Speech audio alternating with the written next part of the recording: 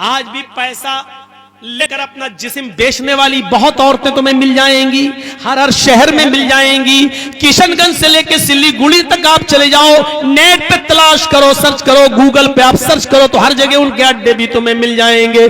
मेरे भाइयों, जरा तसव्वुर करो, वो लड़कियां, वो औरतें पैसा लेती हैं और जिस्म बेचती हैं। सोची तो है? उनसे पूछो ऐसा क्यों करती हो, वो क्या कहेंगी? बिजनेस है मेरा, धंधा है मेरा।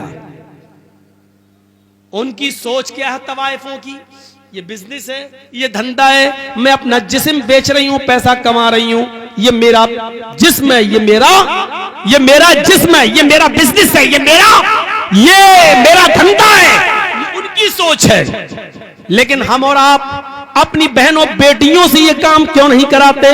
क्योंकि हम जानते हैं कि ये गलत काम है, ये गंदा काम है, ये हराम काम है और ये बदनामी वाला काम है। ये इंसान को जलील करता है। ये हमारी सोच है। इंसान दो हैं, वो भी इंसान, हम भी इंसान। उसकी सोच क्या है? वो कहती है ये धंधा है, और हमारी सोच क्या है? हम कहते हैं ये गलत और नाजायज और हराम काम है जो हम अपनी माँ बहन बेटी से नहीं करा सकते हैं। गौर कीजिए, दुनिया में इंसान वो भी है, हम भी हैं। उसकी सोच वो है, हमारी सोच ये है। जब इस दुनिया में एक इंसान की दो सोचें हो सकती हैं तो इसी को अल्लाह कह रहा, अपनी सोच को कुरान और हदीस के मुताबिक ढालो। अपनी सोच को अपने हिसाब से मत चलाओ, बल्कि कुरान और हदीस के मुताबिक अपनी सोच को ढालो। अल्लाह के रसूल ने जिन औरतों को नंगा कहा है, वो तुम्हारे फैशन कह देने से फैशन नहीं माना जाएगा, वो नंगी ही रहेंगी। अल्लाह के रसूल ने जिस शराब को शराब और हराम करार दिया है, उस शराब को हम दवा का नाम देकर जायज नहीं कर सकते हैं। वो शराब शराब रहेगी, वो हराम हराम रहेगी। उसको कोई जबान में उसका नाम दवा रख दो तो दवा रख देने से उसकी हैसियत नहीं बदल जाएगी। तो मेरे प्यारे साथियों, अपनी सोच को बदलने की कोशिश करो, अपनी सोच को बदलो, अपनी जिंदगी के अंदर तकवा लाओ, परहेजगारी लाओ। जरा तसव्वुर करो, एक वाकया सुनाता हूं हदीस का। अल्लाह के नबी फरमाते हैं, चलिए आधे लोग तो जा चुके हैं, आधे रह गए हैं, थोड़ा सा सुनिए। एक और चीज हम आपको सुनाने जा रहे हैं, बहुत जबरदस्त चीज है। अल्लाह के नबी फरमाते हैं कि एक ऐसा जमाना भी तुम अपनी आंखों से देखोगे। अब सोच देखिए, एक ऐसा जमाना आएगा कि तुम अपनी आंखों से देखोगे, युस्बिहुर रजुलु मुमिनन व युमसी काफिरन व युमसी मुमिनन युस्बिहु काफिरन यबीउ दीनहु बिइरज़िन मिनद दुनिया। बहुत जबरदस्त हदीस है। इस हदीस को जिसने भी सुन लिया, अपनी सोच को बदल लो, इंशाअल्लाह कामयाब। सुनिए क्या है। तुम देखोगे लोगों को कयामत से पहले एक ऐसा जमाना आएगा कि तुम देखोगे कि एक मुसलमान युस्बिहुर रजुलु मोमिनन, सुबह जब वो उठेगा तो वो मोमिन होगा, युमसी काफिरन, शाम होते होते काफिर हो जाएगा। लीजिए, कौन आदमी? सुबह उठोगे मोमिन पाओगे उसको, और शाम होने से पहले पहले वो काफिर हो जाएगा। शाम को उसको देखोगे वो मोमिन होगा, लेकिन सुबह उठते उठते देखोगे कि वो काफिर हो जाएगा। दोनों बातें कह दी। सुबह तुम देखोगे एक इंसान को कि वो मोमिन होगा, लेकिन शाम होते होते वो काफिर हो जाएगा। शाम को देखोगे किसी को कि वो मोमिन होगा, सुबह उठते उठते वो काफिर हो जाएगा। यबीउ दीनहु बिइरज़िन मिनद दुनिया, वो दुनिया के चंद सिक्कों में अपना ईमान बेच देगा। दुनिया के चंद सिक्कों में अपना ईमान बेच देगा। आओ आज हम तुम्हें एक सैर कराते हैं, आओ एक तफरीह कराते हैं तुम्हें, और तुम्हें तुम्हारा समाज का एक नक्शा दिखाते हैं। ऐसे लोग हमारे समाज में मौजूद हैं। कौन है? सुबह उठते हैं मोमिन होंगे। आप देखोगे चुनाव का दौर है, इलेक्शन का दौर है, एक आदमी को तुम देखोगे कि सुबह उठेगा, फजर की नमाज भी पढ़ेगा।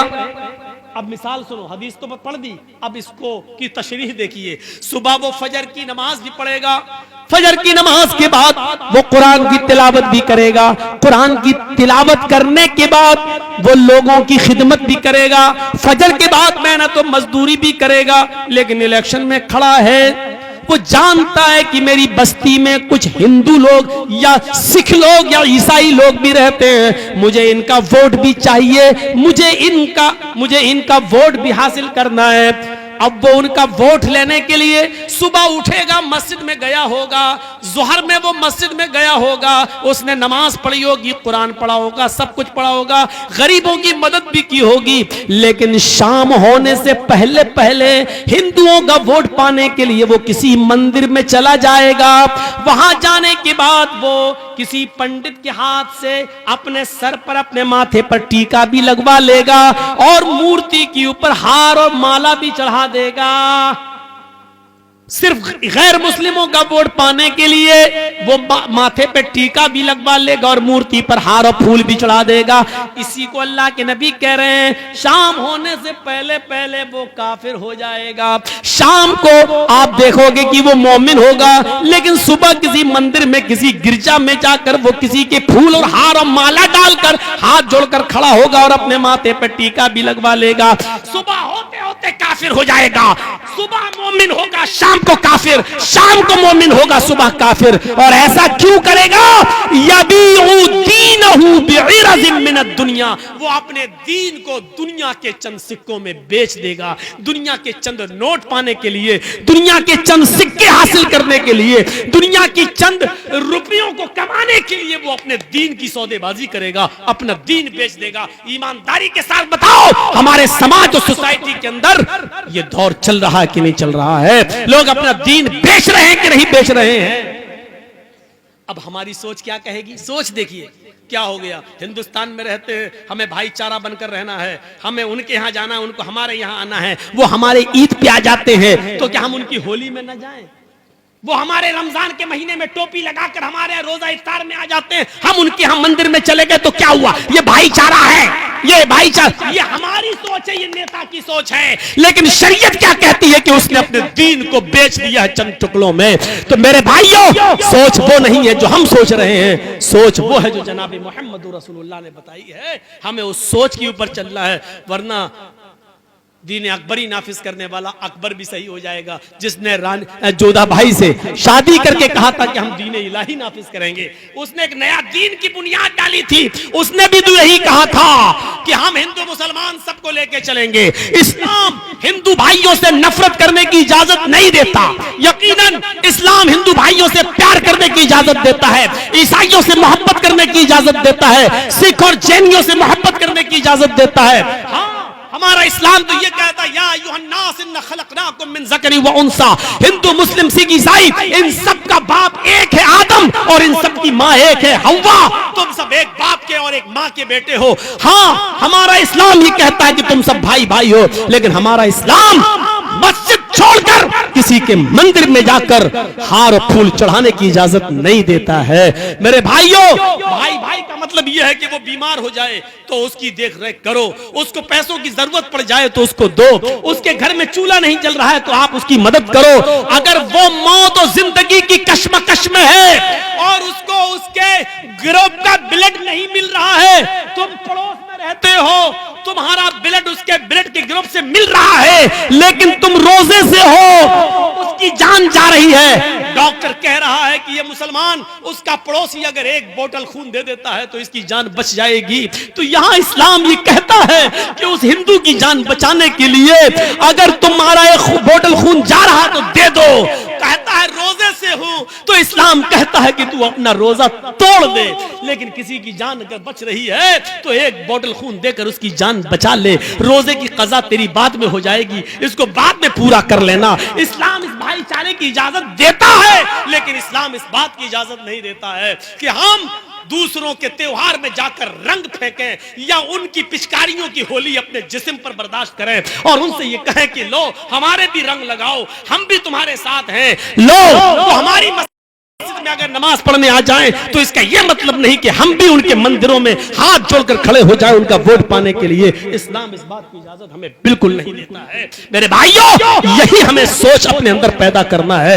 इसी सोच को अगर हमने अपनी सोच बना लिया कि अपनी सोच कुरान और हदीस के मुताबिक ढाल ली, तो मेरे भाइयों अब देखिए सोच है ना, आज पूरी तकरीर सोच पर ही हो रही ना।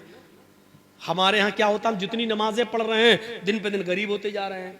मौलाना साहब यार आप तो कहते थे अल्लाह वाले बन जाओ बरकत होगी, हम तो जितनी नमाज पढ़ रहे हैं रोजा रख रहे हैं अल्लाह ताला हमें उतना ही आजमा रहा है। हमें तो देखिए पहले कितना पैसा था, पैसा ही नहीं है, मेरा बच्चा बीमार रहता। ये हमारी सोच हो गई। हम जितनी इबादत कर रहे हैं हमें उतनी गरीबी आ रही है, ये हमारी सोच है। अल्लाह के रसूल के जमाने में एक साहबी ईमान लाए, पहले वो काफिर थे, इस्लाम लाए, ईमान लाए, उन्होंने नमाज पढ़ना शुरू की। जब नमाज पढ़ना शुरू की तो उनको खूब बरकतें हुई, खूब मालो दौलत उनको मिलना शुरू हो गया। वो अल्लाह के नबी के पास रोते हुए आए। देखिए उनकी सोच, हमारी सोच देखिए और उनकी सोच देखिए। वो कहते हैं अल्लाह के रसूल का क्या हुआ कि जब से हम इस्लाम लाए हैं और जब से हमने नमाजों की पाबंदी की है हमारे घर में खैर बरकत हो रही है, मालो दौलत सोना और चांदी खूब आ रहा है। अल्लाह के नबी ने फरमाया ये तो अच्छी बात है। कहने लगे अल्लाह के रसूल कहीं ऐसा तो नहीं, आप अल्लाह के नबी हैं, पूछिए अल्लाह से, कहीं ऐसा तो नहीं हमारी नमाज, हमारे रोजे और हमारी इबादतों का बदला अल्लाह दुनिया में हमें दे रहा हो और आखिरत में हमें महरूम कर दे। अगर वो दुनिया में हमें दे रहा तो नहीं चाहिए, हमें अपनी नमाज और रोजे का इनाम आखिरत में चाहिए। अल्लाह अगर हमारी नमाज और रोजे का इनाम दुनिया में दे रहा है और आखिरत में हमें कुछ ना दे तो हमें दुनिया में कुछ नहीं चाहिए, हमें आखिरत में चाहिए। ये उनकी सोच थी। और हमारी सोच क्या है, जब से नमाज पढ़ रहे हैं तब से और कंगाल हो रहे हैं। होता है ऐसा, कभी कभी हम लोग सोचने पे मजबूर हो जाते हैं। अब जैसे हम हैं, एक बहुत बूढ़ी औरत थी, किसी ने कहा मौलवी साहब बहुत मेरी माँ बहुत बीमार है, चलिए थोड़ा सा कुछ दुआ हुआ कर दीजिए।